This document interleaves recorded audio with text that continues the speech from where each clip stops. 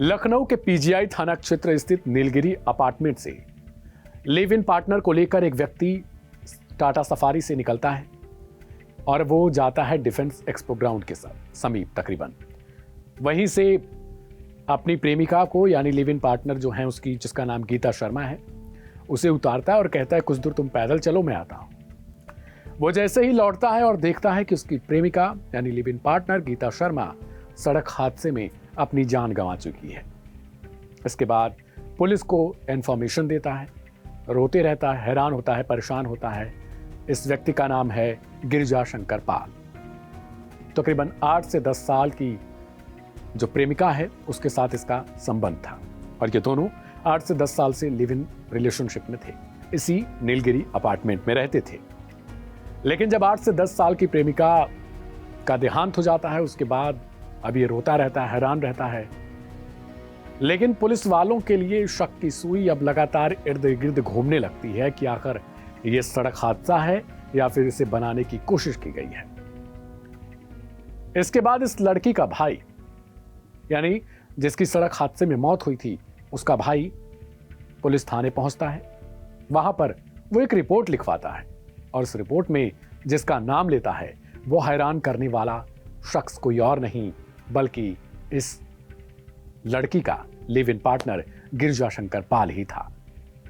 नमस्कार, मेरा नाम है दिव्यांशु और आप देख रहे हैं क्राइम कथा में एक नया एपिसोड।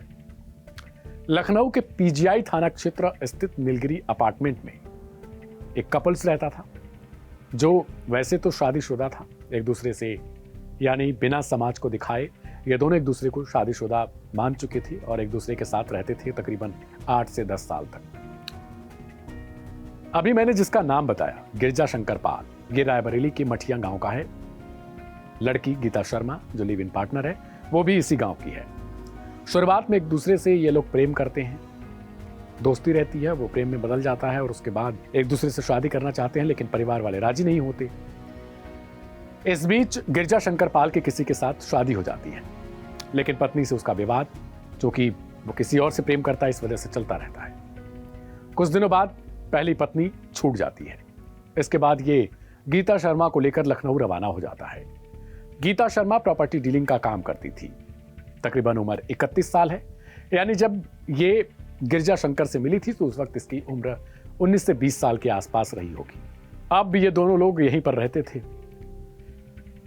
कुछ दिन बाद गिरिजा शंकर ने अपनी लिव इन पार्टनर यानी गीता शर्मा से कहा कि कुछ बीमा वगैरह करवा लो।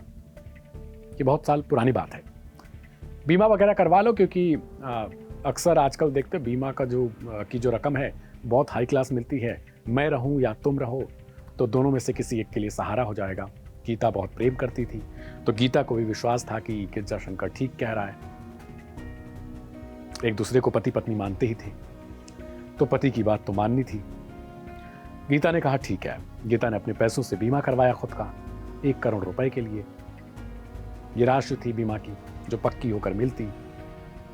इसके कुछ दिन बाद गिरिजा शंकर को अपनी पत्नी यानी जो लिव इन पार्टनर हैं गीता, उनको लेकर मन में संदेह होने लगता है, शक होने लगता है कि ये किसी और से भी इसका चक्कर है, किसी और से भी इसका अवैध संबंध है।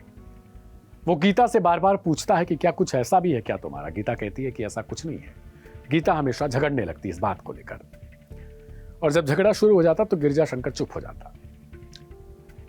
अब इस बीच झगड़े के बीच ही उसने तकरीबन 13 लाख रुपए गीता से ले लिए थे। अब चूंकि रकम भी ज्यादा हो चुकी थी, उधर बीमा की राशि भी 1 करोड़ रुपए थी, तो उसे लगा कि 13 लाख रुपए तो वह लौटा नहीं सकता इतनी जल्दी। दूसरी बात, अपनी प्रेमिका को लेकर अवैध संबंध का शक भी हो गया। उधर बीमा राशि 1 करोड़ रुपए भी है। गिरिजा शंकर को लगने लगा कि कोई ना कोई प्लान बना ले अब, क्योंकि मन अब शायद उससे भर चुका है और अगर मन में शंका हो जाए तो इससे बड़ी कोई और बीमारी नहीं हो सकती है। उसका इलाज भी नहीं है, कितनी भी सफाई हो जाए। इसके बाद गिरिजा शंकर ने एक प्लान बनाया। नीलगिरी अपार्टमेंट से अपनी प्रेमिका को बैठाता है सफारी में और उसके बाद कहता है कहीं घूमने चलते हैं, और वो जाता है डिफेंस एक्सपो ग्राउंड के साइड। शाम का समय है। उसके बाद वो कहता है कि गाड़ी से थोड़ा उतरो, मैं राउंड लेके आता हूं।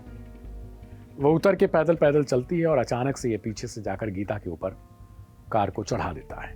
पहली बार में ही गीता की मौत हो चुकी थी, लेकिन इसे अब भी शक था कि शायद गीता जिंदा है। इसने 2 बार और गाड़ी को आगे पीछे करके गीता को भरपूर, यानी जब तक मन ना भरे तब तक मारने की कोशिश करता है। उसके बाद वहां से गाड़ी लेकर फरार हो जाता है। कुछ समय बाद आता है और फिर दिखावे के लिए नाटक करता है कि जैसे लगता है उसे गीता का सड़क हादसे में देहांत हो चुका हो या मौत हो चुकी है। पुलिस को इन्फॉर्म करता है, सूचना भेजता है कि मेरी जो फ्रेंड है, मेरी जो प्रेमिका है, उसकी मौत हो चुकी है और एक्सीडेंट हो गया है। पुलिस वाले पहुंचते हैं, लेकिन इस बीच जो लड़की का भाई है वो तुरंत पुलिस थाने में पहुंचता है और रिपोर्ट दर्ज करवाता है कि ये कोई और नहीं बल्कि जिसने आपको इंफॉर्मेशन भेजी है ये खुद वही हत्यारा है। पुलिस भी चौंक जाती है क्योंकि इसने तो सड़क हादसे में जान गंवाने के लिए हमें सूचना दी थी, क्या यही हत्यारा कैसे हो सकता है?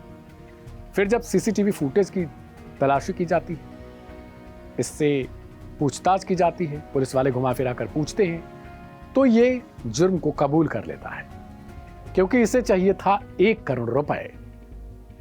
गीता जो कि इसके साथ अनऑफिशियल तरीके से शादीशुदा थी, यानी गांव वालों समाज को नहीं पता था कि ये दोनों शादीशुदा हैं, लेकिन ये शादी कर चुके थे।